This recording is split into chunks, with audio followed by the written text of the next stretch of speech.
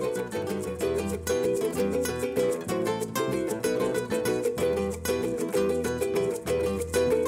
Back खवातीन और हज़रात, आप देख रहे हैं द मॉर्निंग स्टार। एक बार फिर आपको शो में वेलकम कहते हैं। हमने अपने सेट पे आज मधु किया है मेरे दो बहुत अच्छे दोस्तों को, दोनों आपस में भी बहुत अच्छे दोस्त हैं। It's like a house on fire. एक बहुत ही बेहतरीन डिज़ाइनर है और एक बहुत ही बेहतरीन मेकअप आर्टिस्ट और स्टाइलिस्ट हमारे साथ हैं, हुमा ताहिर और Mauzam Abbas.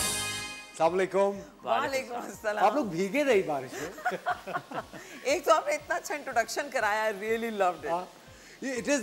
I think you guys are like a house on fire. मुझे एक बात बताएं, सबसे पहले तो ये मौज़म, आप तकरीबन अगर हम बात करते हैं 2004, 5, 6, 7 की, वो एक बहुत ही एक्टिव दौर थे मौज़म अब्बासी ब्रांड के। फिर आप एकदम से थोड़े दिन के लिए you took a hiatus. उसकी क्या वजह थी?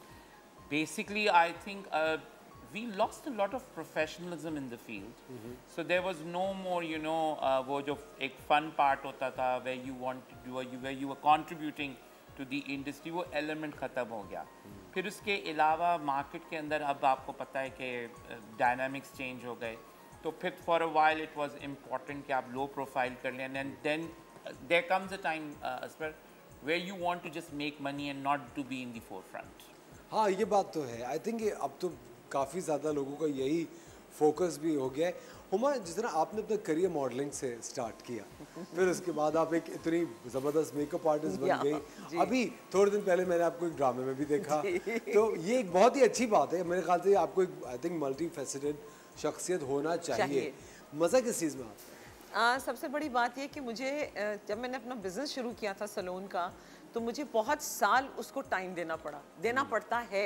जब आप अपना बिजनेस करते हैं तो फिर आपको हर चीज़ का ख्याल रखना पड़ता है, आपके employees, everything, you know, expense, profit, loss, सब कुछ।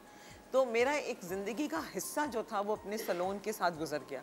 जब मैंने अपने कोविड में सैलून को सेल आउट किया, देन आई रियलाइज़ कि ज़िंदगी में अपॉर्चुनिटीज़ क्या हैं। कितनी ऑफर्स उस वक्त आती थी। फ़हीम बर्नी के साथ हम जब काम कर रहे थे, और स्पेशली गज़नफ़र साहब के साथ जब इंडस था, तो हमने कितना काम कर रहे थे उस वक्त। लेकिन वो छोड़ के मुझे लगा नहीं, ये एक्टिंग नहीं हो सकती, भी बहुत पेशेंस का काम है, इसमें बैठना पड़ता है। फिर बद्दू आपा के साथ बड़ा अच्छा दोस्ती रही, तो बद्दू आपा ने मुझे एक दफ़ा कहा, तुम्हारे नाक से आवाज़ आती है, आइन करके बोलती हो, तुम रहने दो। मैंने कहा हाँ, वाकई मेरा काम नहीं है। तो जब वो टाइम सारा गुजर गया, तो अब जब अपॉर्चुनिटीज़ मिली तो मैंने ट्राई किया, then I am loving it, it's so good, you know. और अब क्योंकि आपको टेंशन नहीं है ना, सैलून की back of the mind tension नहीं है, एम्प्लॉइज़ क्या कर रहे होंगे, कैमरे में देखो, लॉस प्रॉफिट नहीं है। अब ये कि अच्छा ये काम करना है, ये कर लो, फ्रीलांस काम करना है, फ्रीलांस काम लो, योगा करवाना है, योगा कर लो, you know, there are so many things to explore. अच्छा, लेकिन मुझे लगता है ज़िंदगी में आगे बढ़ने के लिए थोड़ा बहुत चैलेंज होना ज़रूरी होता है। आई थिंक आप अपने आप को खुद भी ज़ाती तौर पे चैलेंजेस देते हैं कि यार अगर जिस तरह मौज़म की हम बात करें, डिज़ाइनिंग की मौज़म, अगर आपने कभी कोई एक ऐसी चीज़ नहीं पहले बनाई हो, इन टर्म्स ऑफ अगर आपने कभी ड्रेस ना बनाया, आप सिर्फ ब्राइडल्स कर रहे हो, तो you would challenge your self कि यार मुझे ये करना है, मैंने ये चीज़ नहीं की, मैंने ये मार्केट कैप्चर नहीं की। आप चैलेंज कैसे करते हैं खुद को, अपने आप को?